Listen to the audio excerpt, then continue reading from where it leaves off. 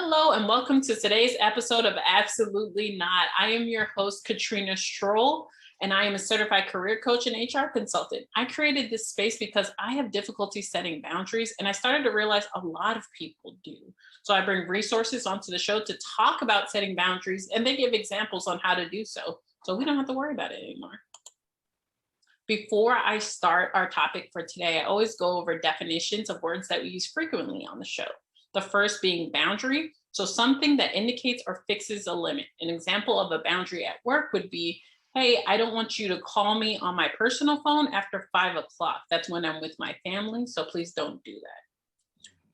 Gaslighting, to manipulate someone by psychological means into questioning their own sanity. An example of gaslighting would be if you went to your manager and said, hey, something's going on here that I'd like to talk to you about. And they say, are you sure you're not making this up or it's not all in your head? That would be gaslighting. Mm-hmm. And it makes me sick to my stomach just saying that statement right there. Dismissive, showing that something is unworthy of consideration. For example, if you went up to your leader or manager and you said, hey, I think this is going to be a waste of resources and I think potentially hazardous to our health. And they say, okay, I didn't fucking ask you. That is dismissive and quite frankly, disrespectful to another human being, but we'll get there. We're going to talk about that. Today's episode is entitled Whiskey and Tacos. I know, but we're going to talk about why it's called Whiskey and Tacos. My special guest today is Chris Zahn. Chris Zahn is the founder of Whiskey and Tacos. Chris is a Marine Corps veteran, father of 2 amazing girls, a survivor of PTSD and severe depression. More importantly, he is just a guy who has been blessed to make a difference in people's lives and pay back in a small way with what others have done for him. Please help me in, oh my gosh, and welcoming to the stage, Chris Zahn. Yay! Chris, I am so happy to have you here as a special guest. I would love if you could share more about Whiskey and Tacos. Yeah, absolutely. First of all, giant thanks to you inviting me on your show. Giant fan of everything I've seen or heard from you from the time I met you unofficially through LinkedIn. So yeah, just always appreciative of that. What Whiskey and Tacos is ultimately is a place for me to share my life with people and to show them that it's okay to have a normal life when you're still dealing with things like depression and anxiety, to normalize the fact that these things aren't a 1 in a million type of situation. This is a totally normal human condition. So if you visit my various social media pages, you'll see me generally living my life. I like whiskey, I like tacos, I like to do a lot of hiking. I also have moments where my depression and my anxiety prey upon me, and I wanted an outlet where I could just fully be honest with the world in a public forum about that. I always forget to warn my special guests that I cry most of my episodes. So this is me letting you know, but I'm about to cry right now just from what Whiskey and Tacos is about. That is so amazing. I also have PTSD. So every single day, you're just fighting a battle that's going to be consistent in your life. Sometimes you have good days, sometimes you have bad days, and it's just really kick-ass that you're like, okay, that is my life now. Let's just keep doing it. That's amazing. Absolutely. Oh, I love it. I'm not a huge fan of whiskey, but tacos though, I'll be there. Yeah. And that's kind of the name honestly came out of nowhere. You know, somebody was just like, well, you like whiskey and tacos? I was like, you're right, I do. Mostly the tacos, but yeah, it goes back to the same thing with my stance about people always is. People are either going to like you or hate you, right? Not everyone in the world is going to like you. Not everyone likes tacos. Most people like at least one or the other or both. Nice. Oh, and I liked one or the other. So that's great. Oh, totally fair. I cannot tell you how much I'm grateful for you being on the show today, but we're going to talk about boundaries and how difficult it is for us to do so. So if you could start by saying what a boundary means to you. A boundary to me is an actual line in the sand that I would prefer not to ever cross. It's a mental flag of a either a conversation or an activity or an action that I just don't want to be a part of. So I create that boundary. Okay, good. And I am a visual learner, so the line in the sand analogy that works for me. But Mhm. that last phrase you used, I just don't want to be a part of.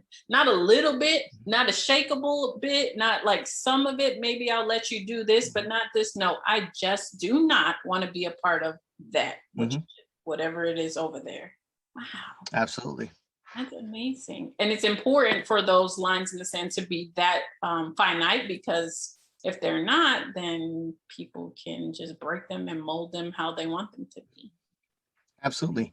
And the world will try and like force you to see these black and white lines that you've drawn for yourself as shades of gray, for example, like, oh, there's some wiggle room there, right? Or for the right price you'll do this, and it's like, no, I have to set this boundary for myself.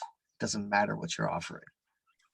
Um, Chris, this is my show, and you were attacking me, but Stop um, it. It's this is no, this is what I love about your show though, because you are authentically yourself, but you also have a message that you're trying to get through to people.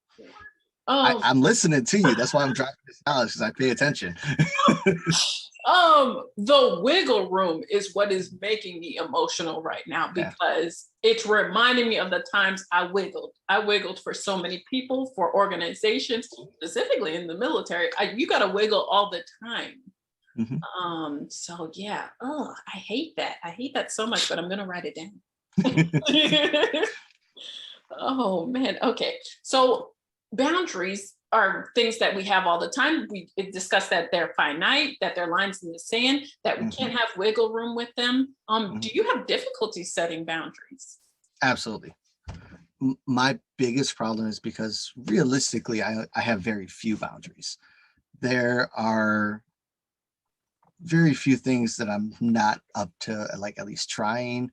There's very few things that I'm not willing to sit down and have a conversation about. So I'm a very open book kind of person who's game for whatever, which makes it really hard to set boundaries because people will point at that and say, well, you'll do all this other stuff, or you'll talk about all this other stuff. Like, why is this the line?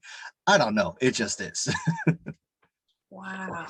See, and that so I'm reading a book right now about boundaries. I Mhm. mean, duh. But and there's a spectrum of boundaries. It goes from porous to very strict boundaries. And there's a level in the middle that you want to be as a human being, just because we don't want, oh no, you're not like me. I don't want you here ever at all. Um, Mhm.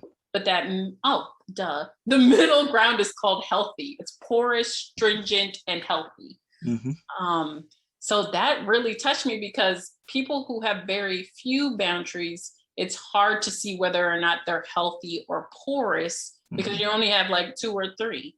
So it's important to see how many you have and why we have that amount, I guess. No, that's totally fair. I Yeah. like that a lot. Wow, man. See, boundaries. There's levels to this shit, but that we're not gonna get into those levels today, because I don't think we could. But We'd be here for 3 or 4 hours probably. okay.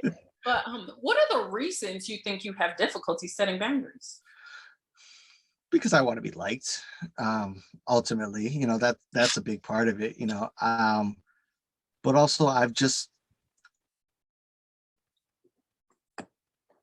comfortable a variety of people in my life and partaking in a variety of experiences. I'm very blessed to have friends from all over the spectrum of humanity, whether it's politics or religion or just life and the way we think about, our relationships with each other and stuff like that. So those experiences have made me this well-rounded person. And because of that, I have a hard time forming a wall, because it's like, well, if I had formed this wall, I may not have met that person who's amazing and a great friend, just because they think differently than me about X, Y, or Z. Oh, and I think that was so honest of you to say because it's something that people have to do every single day. Every single Hmm. day, we're kind of reevaluating the relationships we're in, whether Hmm. professional or personal, and just saying, like, man, you were so cool like 6 months ago. What is going on now? Yep. Um, but we need to acknowledge that we're human Hmm. beings and we're forever growing. And Oh, so absolutely. yeah, that 6 month growth, maybe we're like, okay, now I have to set a boundary here and y'all are not Hmm. cool with that. So Hmm. you have to Sorry. yeah. But that people pleasing aspect is where people find difficulty setting Hmm. boundaries because we're so afraid that if I say, okay, boss, I don't want you to call me after 5 because I have like a whole child that I need to spend time with and stuff. Hmm. We're afraid that our boss is gonna be like, oh, see, you're trash. Like now I'm gonna be best friends with Jim over here because he'll let me call him whenever or Yep. whatever. Yeah. Oh. Especially, I don't know if you had the same experience, but in the military, we're very much a family. Then we all go out drinking. Then we all Hmm. go out. Like my LPO, we were out there trapping and then come back to work the next day. And Yep. so, did you have a similar experience? Oh yeah. See, and that's so we didn't really learn boundaries to that effect in the professional environment from those experiences. Mhm. And I'm sure it carries over to our personal lives, but we will not talk about that now. so Again, we'd be here for 3 hours. so you have difficulty setting boundaries and you're very honest about it and you're very honest about how you only have a few boundaries set in place. Are there Could you talk about the reasons why it's like that? We kind of touched on the military, but are there any other reasons? um, Mostly a lot of it is, especially in a workplace setting, it's just a conversation I'm not trying to have at work.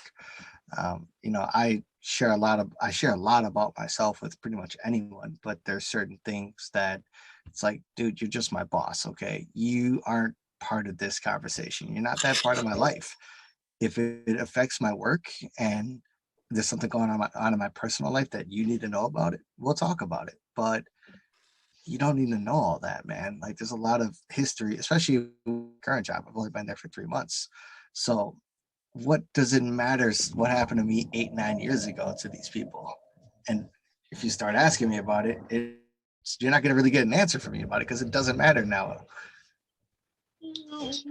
And even with that sentence, that's a boundary. Just like, bro, you are my boss. I don't have to talk to you about my trauma. I don't have to talk to you about my military experience. I don't have to talk to you about things I don't want to talk to you about. Hmm. And I felt so uneasy with you describing that because it's a feeling and experience that we have to go through all the time. And Hmm. we just didn't have the language for it, I feel Hmm. like the steps to move forward with that conversation. Yeah, agreed. And So, it's a tough one to have. It really is. right. Oh, and I think a lot of people out there, myself included, were thinking, okay, how do I even start that conversation? Is there a step one for you to start setting boundaries at work? It's just something I intuitively know how to do now. Um, it's like everything I've learned in life. I learned the hard way.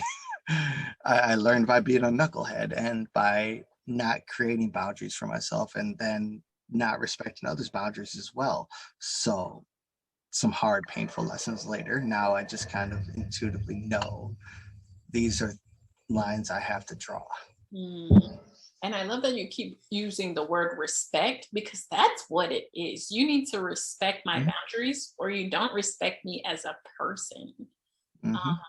For all of us who out there who are not intuitive enough to kind of take that first step, I would encourage you to set up a time to talk with your manager or whoever you feel is disrespecting Hmm. your boundaries. That way you're prepared for it and set up an agenda. Say, hey, this is what I want to talk about.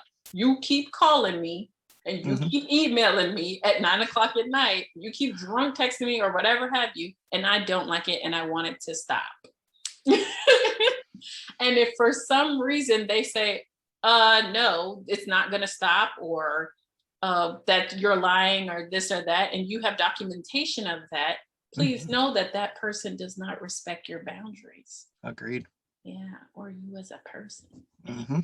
And then just send them a basket of whiskey and tacos, and then I don't. Or punch in the throat, Yeah. eh, Either way. those tend to solve issues. They create some issues, but they solve some. See, oh man, boundaries are so difficult. And Mhm. I before I knew about them or what they were, I didn't know the first step to take for or to even move forward in the process. So I'm glad I know Mhm. that today. Are there any times in your career that you wish you had set boundaries, but you didn't? Oh, tons of times. Um, because I used to be that guy who I worked 24/7 essentially. I used to be a giant workaholic because work was in that phase of my life, work was a gateway away from other bad stuff I was dealing with. So if I was at work, I had value, if that makes sense. So I would answer the phone at 3 o'clock in the morning. It didn't matter. I'm there for you. I felt rewarded by the work I was doing too. So I just kept like chasing that high to an extent. And then when I hit a point in my career where I had a different boss who didn't need me like that, and I felt that downhill like crash hit me because I hadn't set the boundary with so I was always available, always available, always available, and all of a sudden I was unneeded, and it hurt. I'm like, how come you don't call me at 10 o'clock at night, boss? And they're like, because it's not work. What are you doing? Oh, and see, for those of us, myself included, who have grown up in environments that were toxic and did not have healthy boundaries in place, and we didn't learn about boundaries till we were like hella grown. Mm-hmm. We think it's normal to have relationships like that, to like, yeah, get up, come here right now. We think that is normal. So, and Oh yeah, and I would abuse it too because the leadership that was shown to me was if I'm calling you at 10 o'clock, you better answer the phone, right? So then that turned into me. If I'm calling my troops at 10 o'clock, they better answer the phone. And guess what? I'll come knock on your door. Like, you're going to talk to me right now. And it was such a terrible Mhm. mentality to have because I was abusing my people Mm. in their private time. Was it really something that couldn't wait until tomorrow morning? So I was being the toxic leader that I was shown how to be, all because of a boundary I didn't set for myself in the first place. Oh my God. The words that you have used throughout this episode are so,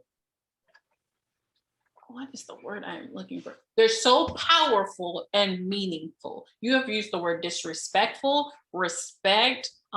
You just used the word abuse, which people need to realize that these things coincide. Your inability to respect my boundaries will create a hostile, toxic, abusive relationship. And that's what toxic leadership ultimately is. It's abusive. And I hate it. Okay, I'm gonna take a little cry break right now. Stop it. Stop. No, just because I oh get it. I wait. get it. I get it. Because you know what it's like to be in not in the position of power, but to be the weak one there and to not have the power to fight back and to wish that you knew at that point the words that you know now and the mentality and the strength that you possess now. You wish you could reach over to that younger version of yourself and say, stop it. Oh my And, god. and I only say that because that's how I feel. I wish so much I could go back to like brand new Corporal Zahn or brand new Sergeant Zahn and be like, you're being a freaking nincompoop, man. Oh my gosh. I have so much regret for how I raised people in the military. I have Mhm, so much regret just from being a leader in the mhm, military, because the leadership that was taught to me was something I believe to be good leadership. I thought, okay, this is how you do it. You beat people down, and then eventually they're gonna praise you and like want to be in your presence. Yeah. But now that I say it out loud, I'm like, oh my God, this sounds awful. Yeah. I used to have a story I would tell. And I thought this story made me look cool. And then I grew up. So I used to tell the story about how I was so good at like chewing ass or yelling at people, or whatever you guys want to call it, right?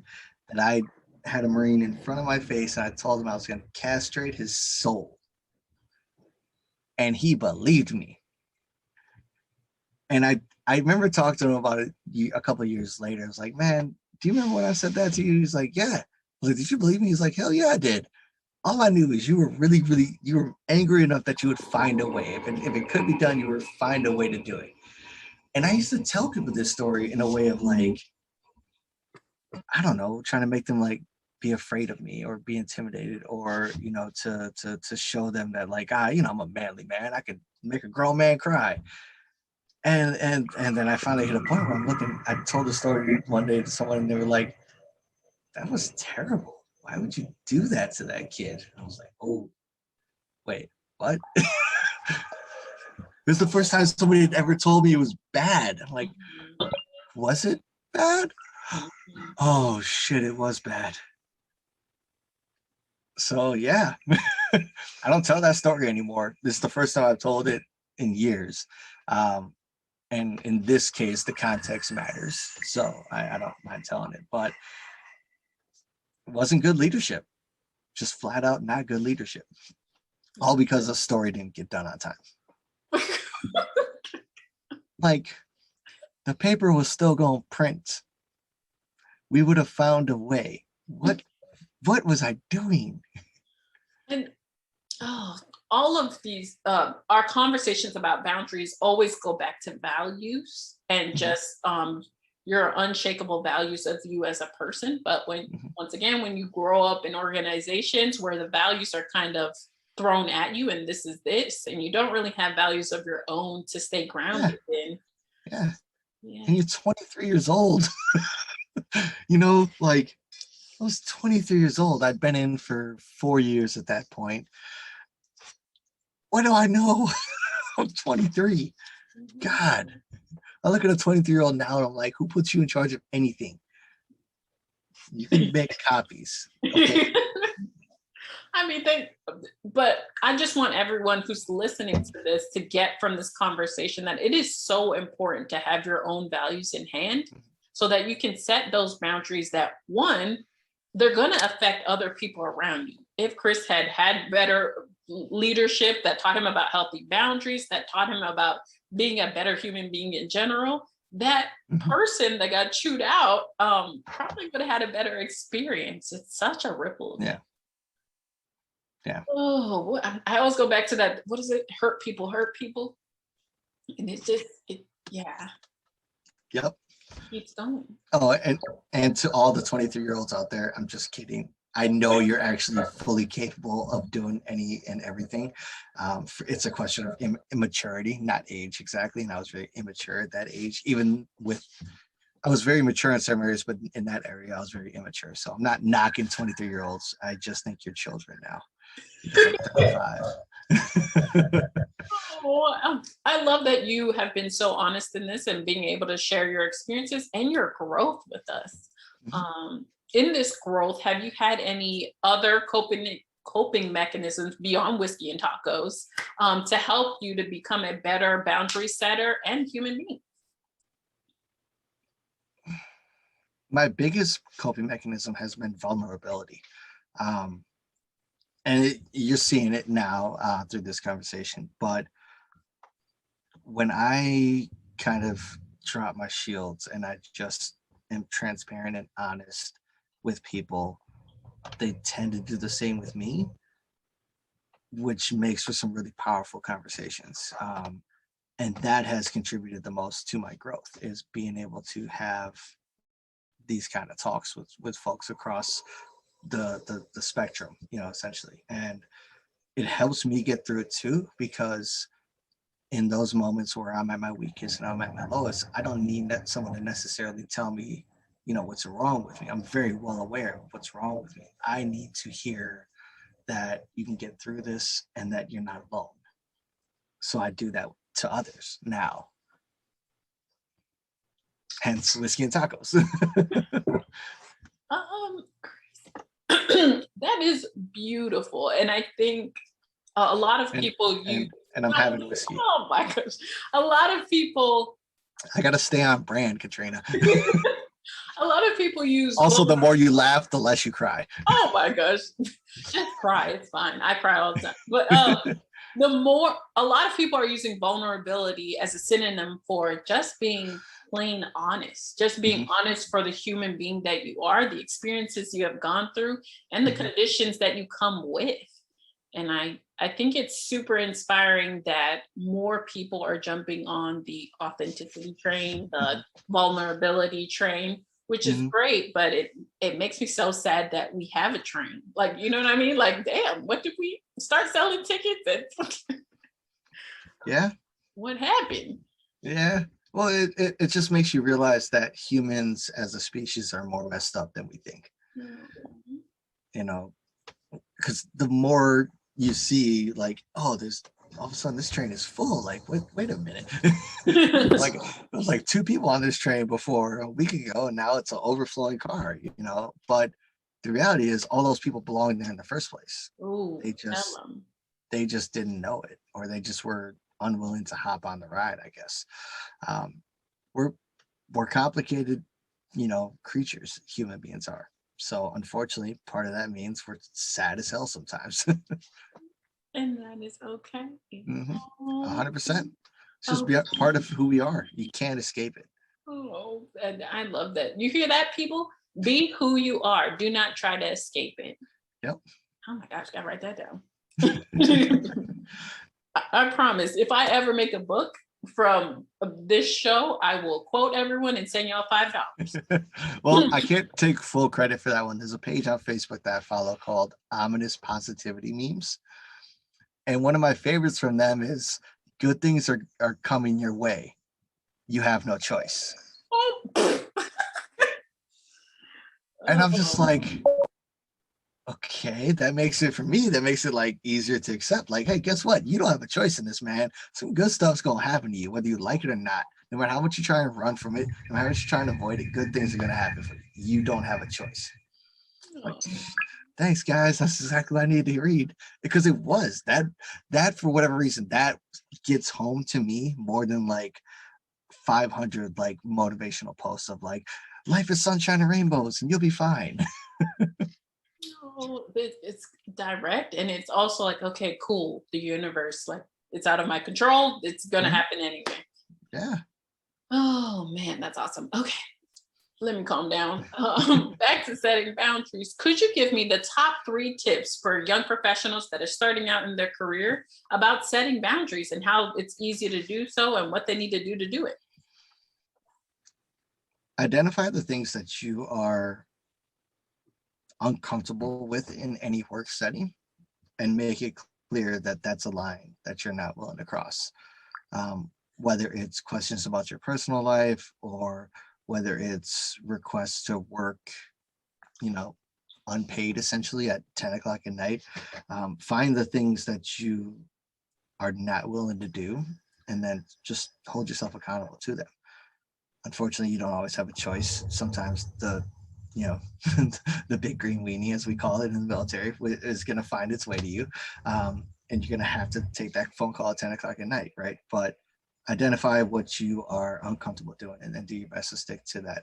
And then make sure you vocalize it, because a boundary that others don't know about isn't a boundary.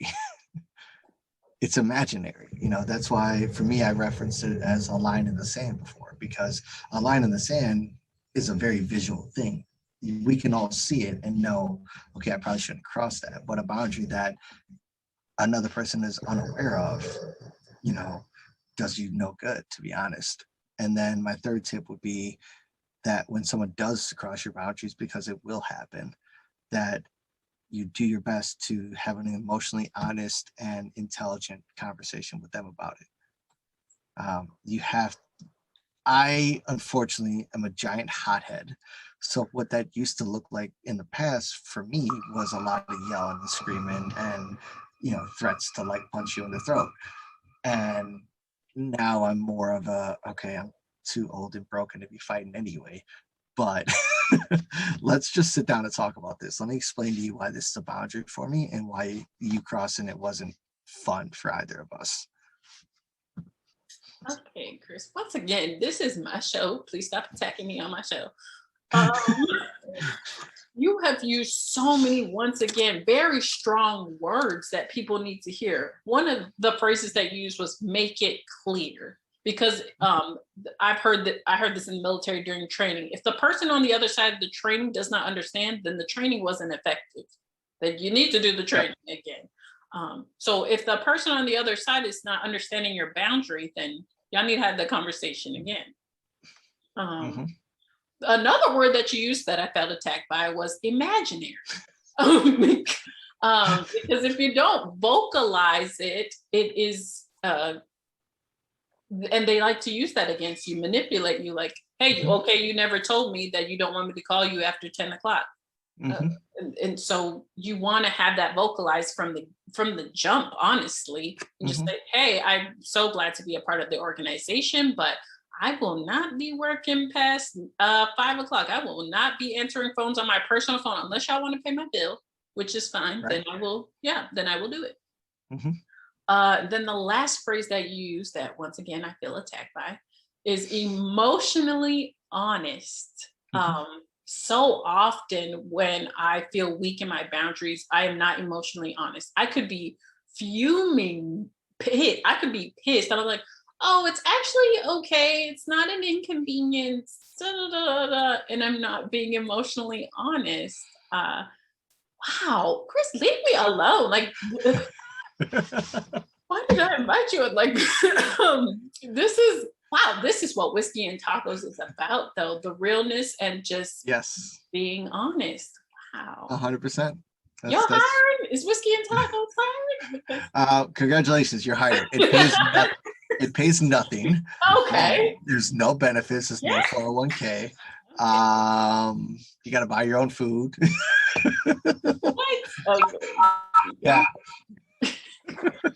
Okay, but man, what a great, first of all, you are doing amazing work.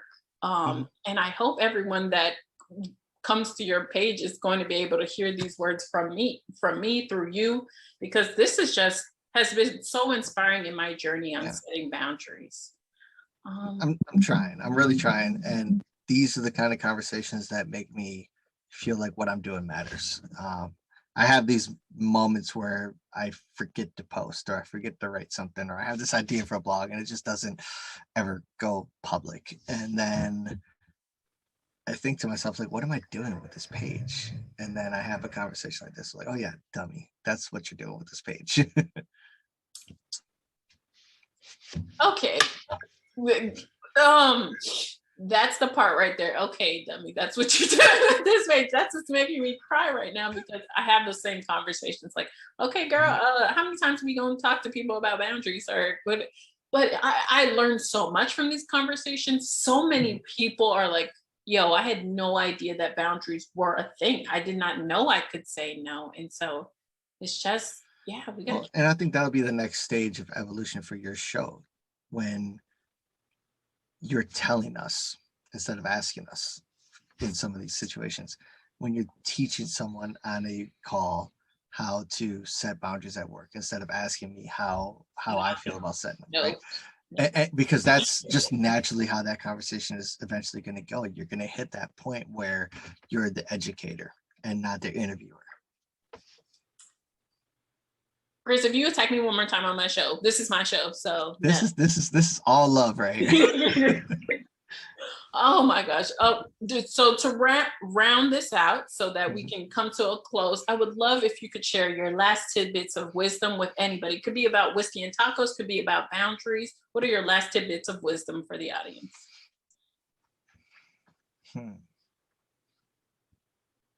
The most painful and alone place we as humans allow ourselves to live in is in the shadows, the deep, dark parts of our hearts, right? And we all as a human get there. We all as a human know what I'm describing here. And we all are so guilty of believing we're the only ones going through it, that we are the only ones in that hole, that we're the only one who can feel this pain. And it's just flat out remotely not even true. And it's provable to not be true. Because think of a person in your life, think of anyone. It could be the cashier at the grocery store, it could be your parents, like whoever. Think of a person in your life that you know, and think if they've been where you're at right now. I guarantee you the answer is yes. So the more you shine that flashlight out of that hole, the more you speak on your vulnerability, the more you speak on your need for help, the better off your life will be. And a large part of that is just being comfortable having some extremely uncomfortable conversations. That's what got me to this point in my life right now, in a personal and a professional setting. You know, to be able to do all of this is not easy. And even right now, like I'm looking this way because I'm kind of trying not to cry myself, but a large part of it comes from me forcing myself to talk about it as a means of my own healing, and being able to set a boundary, a hard boundary for myself of you're not going to hide in these moments. Right? So when I got the invitation to talk to you about this stuff, that to me was an easy conversation to have, because it ultimately, my line in the sand is I don't know if I'll survive. I cannot cross that line and go back to being silent about this stuff. I hate you. There's that. I know. I also, oh my God. I cannot thank you enough for one, being a special guest on my show, and for being so very real about that dark space and how there's nothing for us there. If we go back there, there's absolute, and the amazing people we see out here outside of the dark space, they won't be there because they're out here. So to everybody, myself included, that is hearing Chris's words today, please keep shining your flashlight out of your dark hole. If you are in the dark space right now, know that I have been there, Chris has been there, your mom has been there, your auntie has been there, your grandma has been there, your dad has been there, everybody has been there, and we are outside of it waiting for you to come with us and to talk about it. Oh my gosh, Chris. Okay. Do you have any other things to attack me with before I let you go? No, I hope not.